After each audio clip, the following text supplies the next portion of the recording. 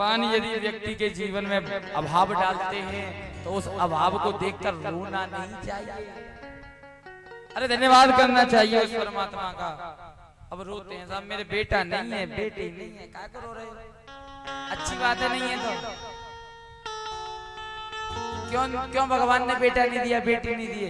क्यों? क्योंकि भगवान कह रहे हैं अगर तुम्हें बेटे से प्रेम करना है तो मुझे बेटा मानो ना, मुझसे संबंध बनाओ, मुझे बनाओ बेटा। और संसारिक बेटों को क्या पता, हो गया अच्छा निकल गया तो बहुत ही बढ़िया बात। ये गारंटी तो किसी के पास नहीं है कि बहुत ही अच्छा निकले, बुरा भी निकल सकता है। रोते रहते हैं। एक बरसाने के सेठ जी थे, बड़ी सुंदर कथा है, भाव है एक, और भक्तमाल का भाव है। बरसाने के सेठ जी ठाकुर जी की कृपा से सब कुछ, घर में चार बेटे, बस एक बेटी नहीं, एक बेटी नहीं, इसलिए रोते रहते, मन में मतलब अशांति बनी रहती थी, हर समय शांत रहते। एक दिन एक संत का आगमन उनके नगर में हुआ। किसी ने जाकर कह दिया कि जाओ जाकर के उन सेठ जी से मिल लो, वे सेठ जी बड़े भक्ति भाव वाले हैं, बड़े दयालु हैं, और बरसाना तो ठाकुर जी का धाम है।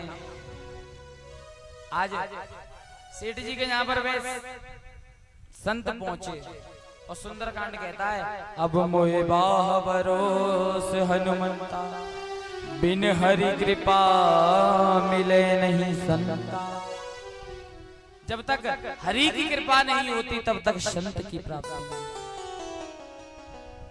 आज संत आए, आकर के संत को जैसे ही देखा सेठ जी गदगद हो गए, स्थान दिया, स्थान दे करके महाराज विराजमान कराया, भोजन कराया, रात्रि को विश्राम कराया, और सुबह जब जाने लगे तो सेठ जी के मुखारबिंद का दर्शन करके संत कहने लगे, महाराज आप इतने अशांत क्यों दिखाई दे रहे हो, आप इतने दुखी क्यों रहते हो?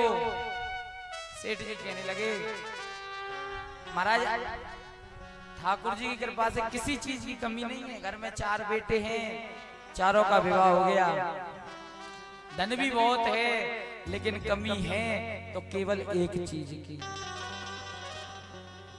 संत कहने लगे किस चीज की कमी है? बोले महाराज मेरे घर में कोई बेटी नहीं है। जो इस बात को सुना तो वे संत कहने लगे कि सुनहु सेठ तुमको मिला या बरसाने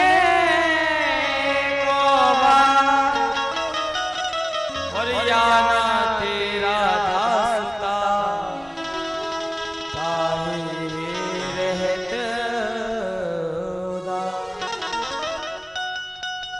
ये सेठ जी तुमको तो इतना सुंदर सौभाग्य मिला है कि तुमको बरसाने का वास मिला है, इस नाते राधा सुता काहे रहत उदास। अब ये तो सिटी है, आगरा सिटी, अब बहुत जल्दी क्या बनने वाली है? Smart city. ये सिटी के लोग नगर के बच्चों से पड़ोसियों से संबंध नहीं रखते, वरना किसी गांव में जाओ, अगर एक गांव की बेटी किसी दूसरे गांव में जाती है तो उस गांव से लोग संबंध इसलिए नहीं करते जो साहब फलाने गांव की बिटिया हमारे घर की बिटिया, माने ये पश्चाताप लोगों के अंदर वो नहीं रहती कि पड़ोसी की बेटी है, गांव की बेटी है, पूरे गांव की बिटिया है, पूरे नगर की बिटिया है, माने सम्मान संबंध सबसे जुड़ जाता है। जनकपुर के वासी अयोध्या दर्शन करने नहीं, अयोध्या में क्या समझ करके जाते हैं? अयोध्या में ये संबंध मान करके जाते हैं कि अयोध्या में हमारी लाली का विवाह हुआ। पूरे जनकपुर वासी सीता को जनक की बिटिया नहीं कहते, सीता को पूरे जनकपुर की माने पूरे राज्य की बिटिया कहते हैं। लेकिन ये सिटी वाले लोग संबंध नहीं रखते, गांव वाले रखते हैं। संत कह रहे हैं कि या ना तेरा दासता, जो सुना आज सेठ जी गदगद हो गए,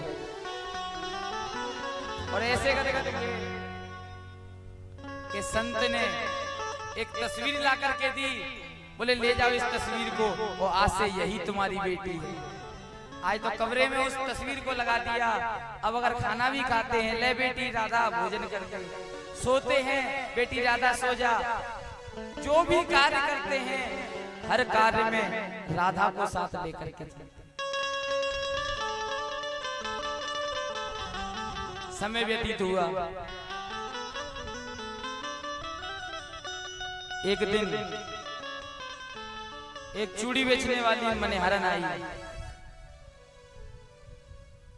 ब्रज की नारियां आज भी बहुत कम घर से बाहर जाती हैं, घर में सारी व्यवस्था हो जाती है। मनिहारन चूड़ी पहनाने आई। सेठ जी के चार बहू, चारों बहुओं ने एक एक करके आई, आकर के चूड़ियां पहन ली। और जब वे मनिहारन अपनी चूड़ियों को लेकर के जाने लगी तो उसके सामने एक बड़ा सुंदर सा हाथ आया। आज उस मनिहारन ने हाथ को देखा, मन में विचार किया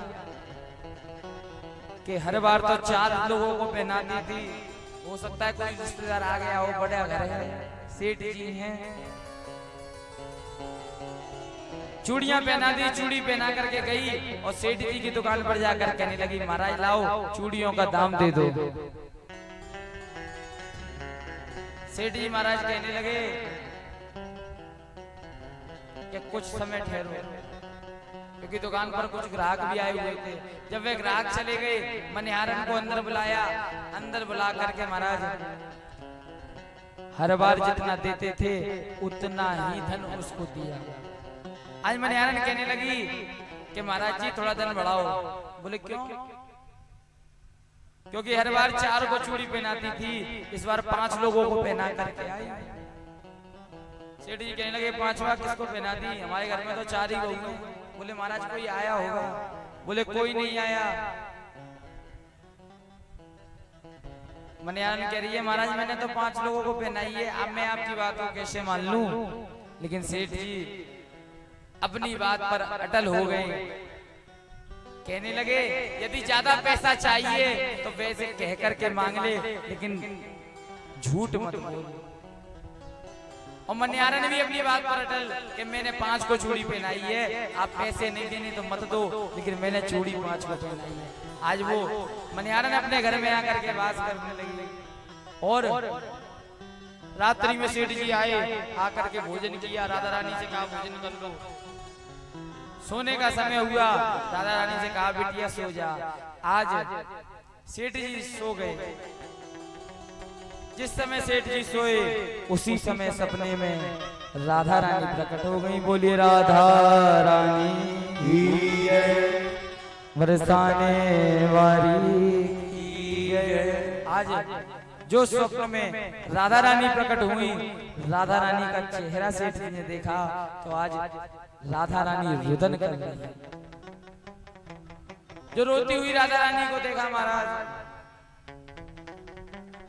सेठ जी के मन में आश्चर्य हो गया और सपने में ही राधा जी से बात कर रहे हैं।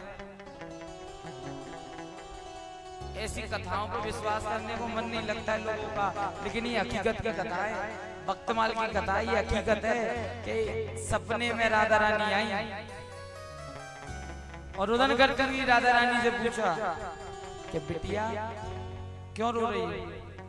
राधा रानी कहने लगी कि आज मेरे पिता के घर पर मनिहारन चूड़ी पहनाने आई और मेरे मन में ये भाव आ गया कि मेरे पिता का द्वार है, मैं भी चूड़ी पहन लूं। और मैंने चूड़ियों को पहना तो आपने उसको पैसे नहीं दिए। सेठ जी ने जैसे सुना, सेठ जी भी रुदन करने लगे। सेठ जी कहने लगे बिटिया मैं भूल गया। लेकिन महाराज राधा रानी कह रही हैं 4 बहुएं याद रही, एक बेटी को भूल गई। सेठ जी बार बार क्षमा मांग रहे हैं, बिटिया मुझे माफ कर दे।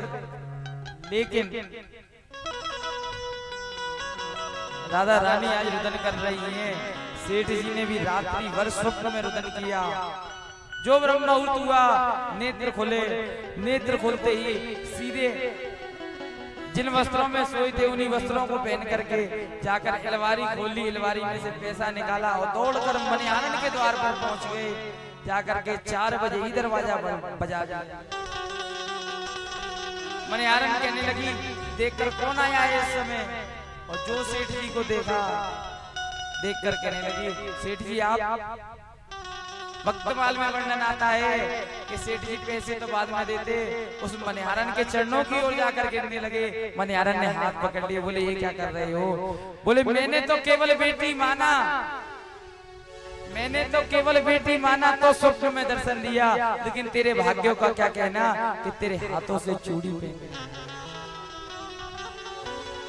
बेटी माना तब भी दर्शन नहीं कर पाया, लेकिन तेरे भाग्य देख कि वही बरसाने वाली तुझे तेरे हाथों से चूड़ी पहन करके गई। आज सेठानी आज इस बात को सुन के जब मनिहारन भी रुदन करने लगी, महाराज कहने लगी कि मुझसे न जाने ऐसे कौन से पुण्य हुए होंगे, लेकिन मेरे सामने आकर वो बरसाने वाली विराजमान हो गई, लेकिन मैं उसको पहचान ना पाई। बोल बरसाने